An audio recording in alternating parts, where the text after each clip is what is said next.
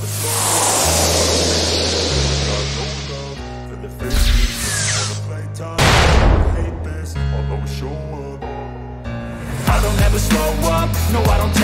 back to my channel, Digital Edu. If you wanna play tough and wanna hate this, I'll always show up and make a statement. I don't ever slow up, no I don't take shit. I got no love for the fakeness. If you wanna play tough and wanna hate this, I'll always show up and make a statement. Everything I do so instinctive and so passionate. Every word.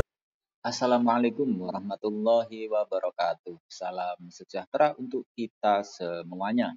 Jumpa lagi dengan Digital Edu. Kabar kali ini kembali pada informasi terkait dengan draft final rancangan Undang-Undang ASN atau RUU ASN.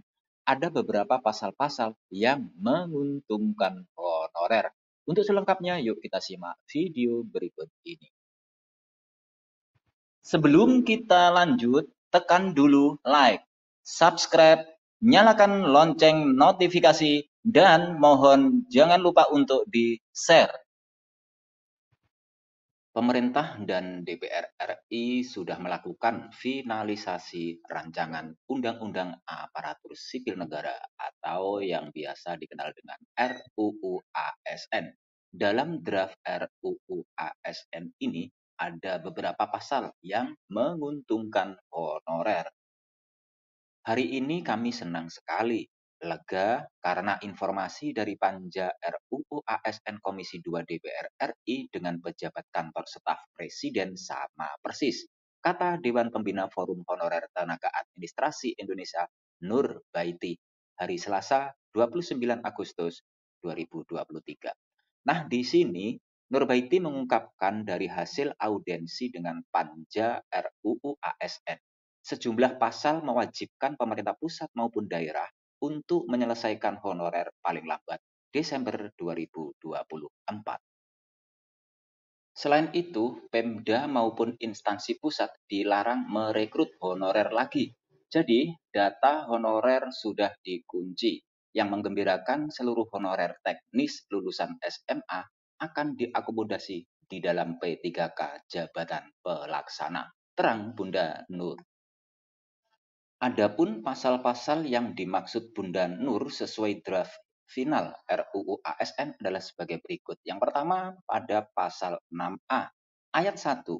Untuk tugas atau jabatan pemerintah tertentu dan garing atau keadaan tertentu, P3K sebagaimana dimaksud dalam pasal 6 huruf B dapat bekerja secara paruh waktu.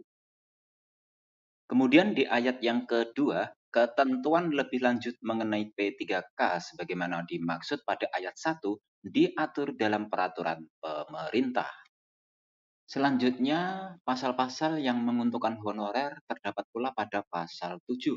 Ayat pertama, pegawai ASN memiliki nomor induk pegawai. Dan ayat yang kedua, ketentuan lebih lanjut mengenai nomor induk pegawai diatur dalam peraturan pemerintah. Kemudian ada juga pada pasal 13 yang mengatur tentang jabatan ASN terdiri atas jabatan manajerial dan jabatan non-manajerial. Selanjutnya pada pasal 14, jabatan manajerial sebagaimana dimaksud dalam pasal 13 huruf A terdiri atas jabatan pimpinan tinggi utama, jabatan pimpinan tinggi madya, jabatan pimpinan tinggi pratama, jabatan administrator, dan jabatan pengawas.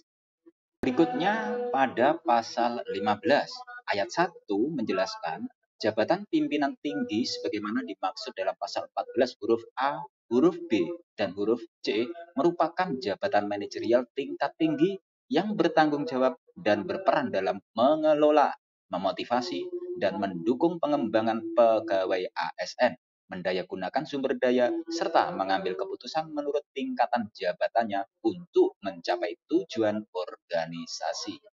Pasal 15 ayat 2, jabatan administrator sebagaimana dimaksud dalam pasal 14 huruf D merupakan jabatan manajerial tingkat menengah yang bertanggung jawab dan berperan dalam mengelola, memotivasi, dan mendukung pengembangan pegawai ASN, memimpin dan mengkoordinasikan pelaksanaan strategi pencapaian tujuan organisasi serta pelayanan publik dan administrasi. Masih dalam pasal 15 ayat yang ketiga adalah jabatan pengawas sebagaimana dimaksud dalam pasal 14 huruf E merupakan jabatan manajerial tingkat dasar yang bertanggung jawab dan berperan dalam mengelola, memotivasi, dan mendukung pengembangan pegawai ASN, memimpin dan mengordinasikan pelaksanaan strategi pencapaian tujuan organisasi, serta pelayanan publik dan administrasi. Berikutnya pasal 16. Setiap jabatan manajerial sebagaimana dimaksud dalam pasal 14 memiliki kompetensi dan persyaratan jabatan. Kemudian di pasal 17, ketentuan lebih lanjut mengenai jabatan manajerial sebagaimana dimaksud dalam pasal 14, 15, dan pasal 16 diatur dalam peraturan pemerintah. Selanjutnya pasal 18 ayat 1. Jabatan non-manajerial sebagaimana dimaksud dalam pasal 13 huruf B terdiri atas jabatan fungsional dan jabatan pelaksana. Selanjutnya ayat 2, jabatan fungsional sebagaimana dimaksud pada ayat 1 huruf A bertanggung jawab memberikan pelayanan dan melaksanakan pekerjaan sesuai dengan keahlian dan garing atau keterampilan tertentu. Ayat yang ketiga, jabatan pelaksana sebagaimana dimaksud pada ayat 1 huruf B bertanggung jawab memberikan pelayanan dan melaksanakan pekerjaan yang bersifat rutin dan sederhana. Ayat 4, setiap jabatan non-manajerial sebagaimana dimaksud pada ayat 1 memiliki kompetensi dan persyaratan jabatan. Dan ayat yang kelima, ketentuan lebih lanjut mengenai jabatan non-manajerial sebagaimana dimaksud pada ayat 1 diatur dalam peraturan pemerintah. Pasal terakhir yang menguntungkan honorer adalah pasal 131A. Pegawai non-ASN atau nama lainnya wajib diselesaikan penataannya paling lambat Desember 2024. Dan sejak undang-undang ini mulai berlaku, instansi pemerintah dilarang mengangkat pegawai non-ASN atau nama lainnya selain pegawai ASN.